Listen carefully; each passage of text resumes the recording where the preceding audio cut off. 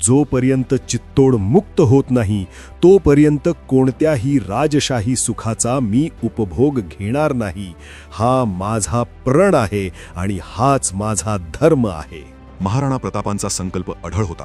झुकायचे नाही, मग त्यासाठी गवताची भाकरी खावी लागली तरी चालेल. मुघल आक्रमक अकबराच्या तावडीतून चित्तोड किल्ला मुक्त करण्यासाठी महाराणा प्रतापांनी राजसुखांचा त्याग केला होता. पण हा फक्त त्याग नव्हता, ही एक अचूक रणनीती होती. ही कथा आहे त्या काळातली जेव्हा महाराणा प्रतापांनी आपला वैभवशाली राजमहाल सोडून जंगलाला आपलं घर बनवलं होते, तेही फक्त मातृभूमीच्या स्वाभिमानासाठी. इसवी सन 1576 हल्दीघाटीच्या युद्धाची धूळ अजूनही हवेत जाणवत होती. रणांगणावर रक्ताचा वास दरवळत होता. समोर प्रचंड शक्ती, विशाल सैन्य आणि अमर्याद साधन संपत्ती असलेला मुघल आक्रमणकर्ता अकबर उभा होता. तर दुसऱ्या बाजूला शूर महाराणा प्रताप उभे होते, ज्यांच्याकडे होता प्रखर स्वाभिमान, अटळ संकल्प आणि मातृभूमीसाठी धगधगतं हृदय. रणांगणावरचे युद्ध संपले होते, पण इथूनच खऱ्या संघर्षाला सुरुवात झाली होती. अकबराने चारही बाजूंनी मार्ग बंद केले, अन्न पाणी प्रत्येक मदत तोडून टाकली आणि अरावलीच्या डोंगर रांगांमध्ये महाराणा प्रताप आपल्या कुटुंबासह आणि सैन्यासह वेढले गेले. आणि इथून जन्म झाला त्या कथेचा, ज्याला लोक गवताची भाकरी असे संबोधतात. पण हे साधे गवत नव्हते,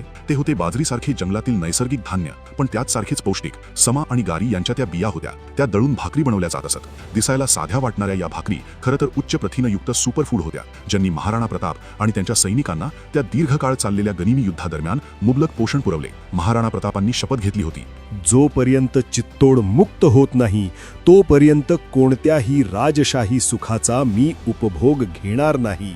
हा माझा प्रण आहे आणि हाच माझा धर्म आहे.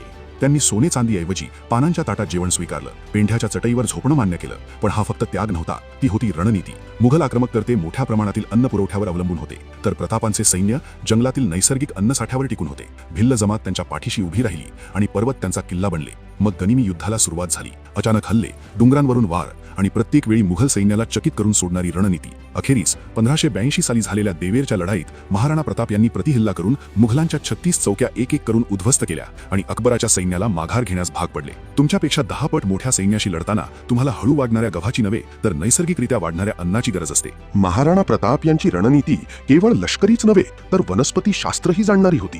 ती गवताची भाकरी ही फक्त अन्न नव्हते, तो स्वाभिमानाचा ज्वालाग्नी होता, जिने राजाला कधीही झुकू दिलं नाही. आणि म्हणूनच इतिहास आजही सांगतो की दृढनिश्चयाची शक्ती तलवारीपेक्षा नेहमीच श्रेष्ठ ठरते.